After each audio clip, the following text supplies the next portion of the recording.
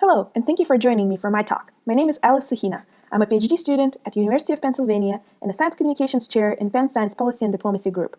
Today, I will tell you about our experience facilitating engagement with climate diplomacy and climate justice for organizing a virtual and interactive Climate Action Symposium. As the year started with devastating Australian wildfires and is now finishing with the raging fires in California, a need for urgent international climate action has been weighing heavily in 2020. In addition, discussions of environmental justice have been brought to the forefront of climate change discussions through Black Lives Matter movement. With a desire to both learn and teach how international climate policy can be implemented with focus on anti-racism and anti-colonialism, Penn Science Policy and Diplomacy Group, or PSPDG, organized a 2-day, fully virtual and highly interactive Climate Action Symposium, CAS.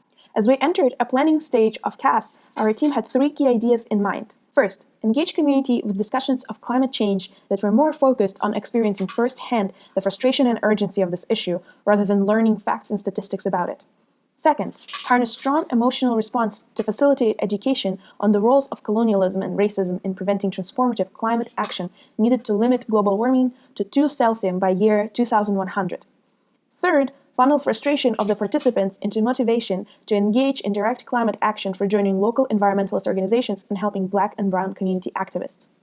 We achieved the first 2 goals on day 1 by conducting a world climate simulation, an interactive role-playing exercise developed by Climate Interactive that allows participants to take on roles of UN diplomats and negotiate climate agreements. On day 2, we focused on the second and third goals by organizing talks and panels with both academics and activists.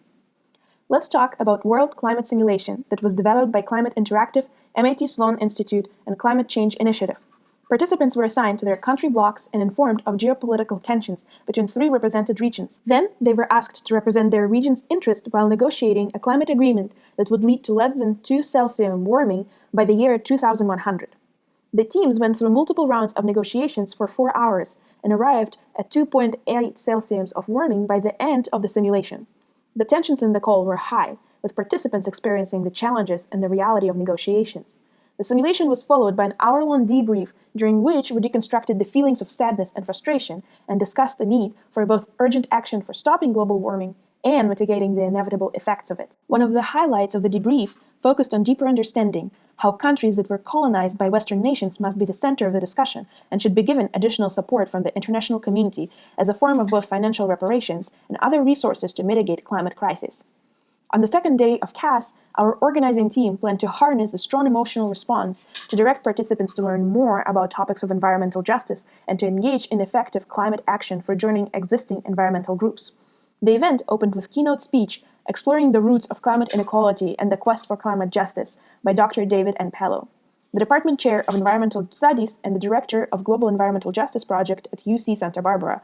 Dr. Pello highlighted in his talk that climate change cannot be addressed without addressing environmental injustices that underlie it. The talk was followed by an in-depth discussion of roles of states and decentralized movements in climate action and encouraged attendees to organize into networks rather than hierarchies. The keynote presentation was followed by a panel on climate activism during coronavirus pandemic, with representatives of local chapters of Citizens Climate Lobby and Sunrise Movement sharing their activist experiences. The panel was moderated by Dr. Billy Fleming and touched on a variety of climate actions that can be taken by Philadelphians, including lobbying Congress for a carbon tax and engaging in direct action with younger generations. The day was concluded with a conversation about environmental injustice in the city of Philadelphia. Community activists Dr. Katera Moore, Gabriela Paez, and Darren Tolliver discussed their experiences working on environmental education and systematic problems that they face every day in their fight for Black and Brown people of Philadelphia. Panel discussion focused on segregated pollution, unequal access to green infrastructure, and lead and asbestos contamination in Black, Indigenous, and people of color communities. The panelists outlined a list of actions that participants should take to be actively anti-racist in their climate action that included joining community-based environmental groups and donating time and money to international and Black, Indigenous, and people of color-led organizations. Climate Action Symposium was one of the most extensive and engaging PSPDG events, and it has been an invaluable educational experience that galvanized Penn students, staff, and faculty, and members of Greater Philadelphia community to learn about international environmental policy and to engage in climate action that centers equity and justice. I want to thank my organizing team, Alexandra, Maldonado-Lopez, Victoria Lovins, Erin, Reagan, and Ethan Blackwood. I want to extend special thanks to Shannon, Wolfman, and Krystal Haislop. I also want to acknowledge our sponsors, National Science Policy Network and University of Pennsylvania Climate Center for Energy Policy. Please learn more about the work that PSPDG does on our website. Thank you.